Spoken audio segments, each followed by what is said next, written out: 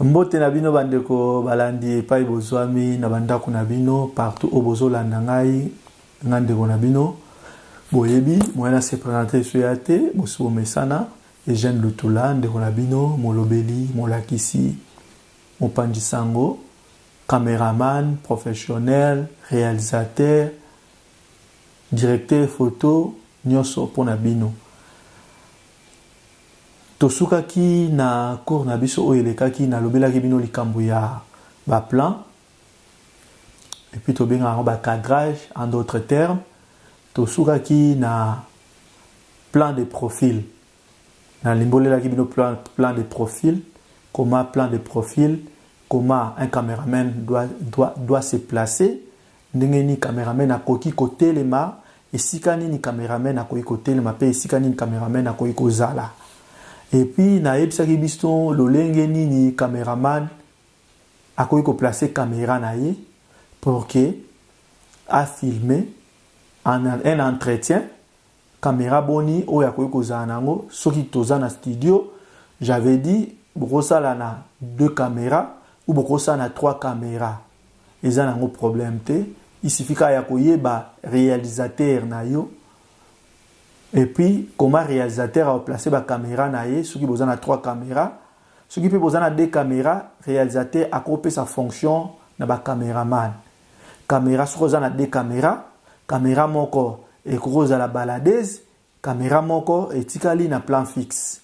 Caméra wana pour ne pas avoir un saut d'axe, caméra wana a kozala kaka na côté oyo, ya loboko oyo. Moko oyo par exemple so bozana à droite botika na droite so bozana à gauche botika na gauche par rapport il y a décor na bino. N'oubliez pas, il faut profiter du décor. N'oubliez pas, c'est très important dans l'émission président d'Aloba qui l'a lobé qui a monté. N'oubliez pas d'utiliser votre décor et d'en profiter na décor na bino. Et puis yoyeba comment ba sujet no ba kozala et puis comment éclairer tes sujets dans un plateau. Voilà. Nakobo sanate, pas trop d'heures, et puis face du regard, pas trop. Yangwana, face du regard, wana ezalaka, il faut respirer. Ah, ils ont respiré. Ah, ils ont respiré. Ah, ils ont moins espace par rapport et pas regard ne ezali ko kende. Donc ils ont moins d'espace. Ce qui est fait gros salema, ils ont que yazotalaye, il pas zotalaye. Lelo torolobela naebisaki bino chant contre chant. Chant contre chant. Chant contre chant intervient dans un entretien. Entretien, ce que se déroulé entre l'interview moko, donc entretien en d'autres termes, entre journaliste, tout présentateur, émission, on a invité naï. Chant contre chant, et qu'on intervenir. Et qu'on intervenir en ndengeni. Tu peux avoir une seule caméra ou 2 caméras. Chant contre chant, et qu'on intervenir. Et qu'on intervenir en ndengeni. Il faut en avoir un caméraman professionnel. Oyo ba ebi ko sala musala, ba ebi ko filmer. L'autre, oya ko zala na baladeuse. L'autre, atikali na plan fixe. Ce qui osa la caméra moko. Okosa la champ contre champ. Na ndengeni. Champ contre champ no egoya na ndengeni. Premièrement, vous travaillez na ba interview. Vous travaillez, vous tikali na plan fixe. Deuxièmement, il peut créer dans un montage. Ako travailler na caméra moko wana kaka, ako sa champ contre champ. Na ndengeni. Sa caméra, il avait mis tolobaki na droite par exemple. Acha on a droite. Par exemple, na épaule oyo ya. Moutazo poser la question devant son invité. Acha on épaule à droite. Awa. Ezo leka awa, ezo zwambala moko, angle oyo, eza kozwa invité. Bozo monango na illustration, ezo zwa invité. Ezo invité, comme soka silisi na nino na invité parce quoi zo ba illustration à journaliste il va garder angle na yo kaka périmètre oyo ya droite pour ne pas avoir un saut d'axe. Attention, je vous ai dit la première émission précédente attention pour un saut d'axe. Saut ya axe, saut ya on a sali liaison saut d'axe et là saut ya axe.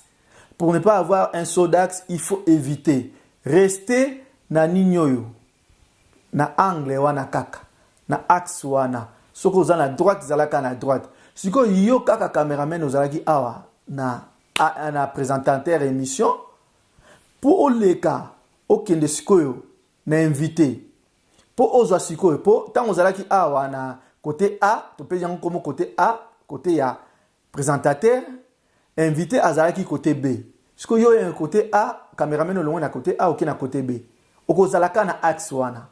Si on a axe wana, comment tu vas te placer? Tu te places toujours dans l'épaule. Ah, aux droite nangai, aux épaule droite nanga, pose au visé sikoyo.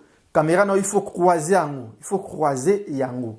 Croiser yango pour luka ozwa regard ya nani na yo, ya invité. Même chose. Okokende siko se placer côté droite. L'épaule ya invité na yo, épaule gauche na ye, pose wasikoyo présentateur. Présentateur wana ba mouvement na ye, tout temps azo poser ba question na ye. C'est quoi partie en montage, on va le faire. Au rose au gros plan, plan serré poitrine, altitude na ye, comme au rose wa tozomona en avant plan na yo tozomona profil litoi ya nani oyo ya invité na yo na arrière plan na yo tozomona invité banyo so wana arrière plan avant plan arrière plan avant plan il faut oyeba ba langage wana avant plan na arrière plan parce qu'il y a des langages techniques oyo ko solo laka na réalisateur na yo si tu sais absolument rien au komaté avant-plan, arrière-plan. Avant-plan, ce qui apparaît avant toi et dans le fond, c'est ça qu'on appelle arrière-plan. Arrière-plan, avant-plan. Donc, tellement la caméra, elle est profonde. La télévision, elle est très profonde.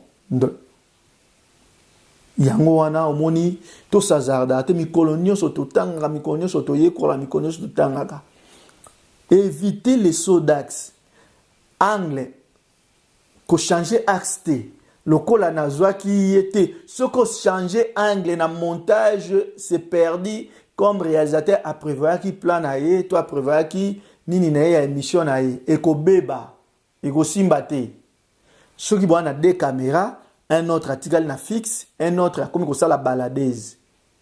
Ceux qui ont trois caméras, là, ça peut passer aussi mieux le deux caméramans, baza mutasali aki asali champ contre champ pour que bo variaka ba plan large serré, large serré, large serré, large serré. Ba misusu ba émission na bango ba prévoir yango, ba conception ba émission na bango ba ça ba prévoir yango ndenge wana champ contre champ. Et on a champ contre champ et variaka trois plans. Trois plans on est variaka.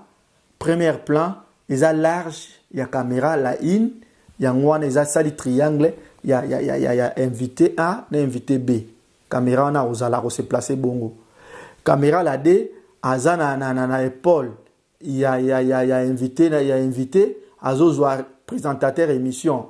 Caméra 2, caméra 3, azana épaule, il y a présentateur, azako zo invité. Si quoi azako varié kaka, avant plan nae, azana litoi, il y a un profil, il y a il y a présentateur, na arrière plan nae, azana invité nae, na plan serré poitrine. Serré poitrine, gros plan. Serré poitrine, gros plan. Il y a un monde qui varier. Donc, champ contre champ. Il faut bien maîtriser ta leçon, maîtrise bien ta matière pour ne pas faire la gâchis au lors il y a un tournage na yo pour que au comme na bande de montage ba comme na bande de montage réalisateur abanda ko silika to banda ko loba loba caméraman na modèle ninyo na filmer na ye caméraman na modèle ninyo na za na ye pour ne pas que bo bande la tournage parce que ici en Europe les tournages c'est beaucoup d'argent, les tournages c'est le temps, donc temps pour na couper ça temps pour na tournage awa na mboka oyo ezali kwanga te yango na ndenge ezana yo soki ba pesi autant aux 8 ans ya ko filmer to ya ko sala émission nandeko yeba ndenge nini ya ko filmer, concentre-toi, ferme ton téléphone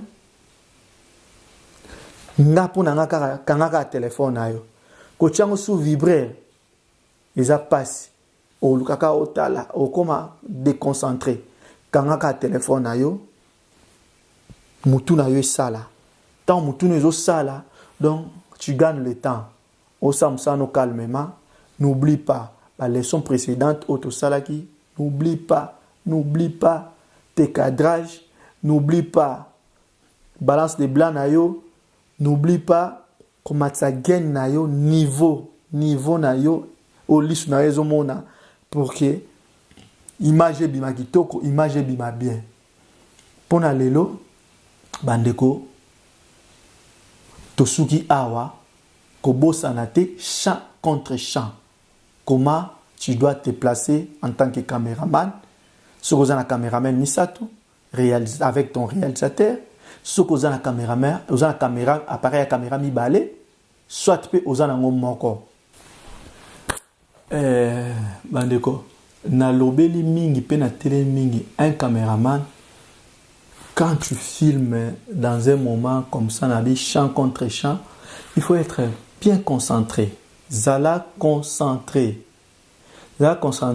Pour moi, quand tu es en train de tourner, ça la tournage, pour être concentré, je préfère mieux quand téléphone yo, ou quand téléphone yo.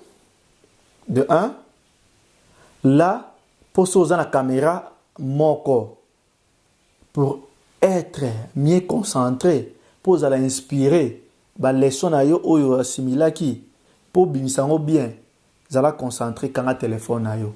Na okanga téléphone na yo oye bandeni comment travailler, comment créer, comment redévelopper musa na yo kaka yo moko na kati wana pour que ozana batmi balé na plateau si j'ai A na si j'ai B comment okoki ko travailler zala concentré so za concentré na caméra moko oye ba ko sala pe champ contre champ na yo bien en assimila bien tes leçons. Oui, bah, ça l'a bien. Si on pose deux caméras, soit l'autre. Pour moi, je peux travailler dans la caméra mi balé. Travailler na caméra mi balé. C'est possible, hein? C'est possible. Je le fais. Na sala ngo mingi na sala ngo. Tant que on appelle un concert, je le fais. Dans une fête, je le fais. Rosa nango. Il faut avoir kara mutu une expérience au salango caméra moko o sorozande na baladaise. Il faut avoir beaucoup de créativité sorozana caméra baladaise, avoir beaucoup de créativité. Ba création est belle, tu dois être inspiré. Si vous avez 3 caméras, d'habitude les 3 caméras. D'habitude, si vous avez un réalisateur, si vous avez un bon monteur, vous avez des matos, matériel, là, vous pouvez travailler avec 3 caméras. Nazo Pesabino, Bastis, Nazo Pesabino, Mayele, il y a travaillé na caméra moko, pour ça, au travail, na caméra mi balé, sur ça, na caméra mi balé, et ça, tu travailler na caméra mi sato. Non, là, Sabino, Mayele, wana. Parce que, bon, mon nara, cinéma au bon cinéma to bon théâtre au babenga théâtre au de chez nous ba maboke au botala ramingi et passe toujours na caméra moko ya on a ba erreur mingi sala ma ba cameraman mingi ba monteur surtout on a coupé et yokani parce que et sala ma na caméra moko tant que ça ma caméra moko d'habitude des ala qui caméraman a filmé mais montage yo ça na poto et zalaka tant sous muta assistant na montage té il sait pas là couper rapidité montage rapidité production pour le rekota noki na marché il y a des erreurs qui arrivent caméra moko yango isalaka cinéma s'il y a des cascades c'est pour cela net ba roi bat lokola ba Jackie Chan ba comment autant sous 3 caméras 4 caméras pour na cascade na ye bo rater et l'auté c'est pour cela ba créer la ba angle la prise de vie ébélé pour que aza cascadeur mo asala ke lo moko mbala moko pour rater te yango na film na eza tant soit si film abukani yango wana moni ba évitera mais na ba théâtre na ba film oyo classique ils en ont tant sur na caméra mo ils ont la caméra mo selon réalisateur pour na lelo to suki boy wabino molobeli et jeune Lutula présentateur ya télévision abino IJCD télévision ya union des journalistes de la diaspora congolaise et Kangami et Kambami na président Popol Mukelenge na directrice des programmes Nabiso Shuna Mangondo Brit. Merci. Nabino nyoso epai bozwami mobu molamu to poko elamu oteya mabota nabino. Merci.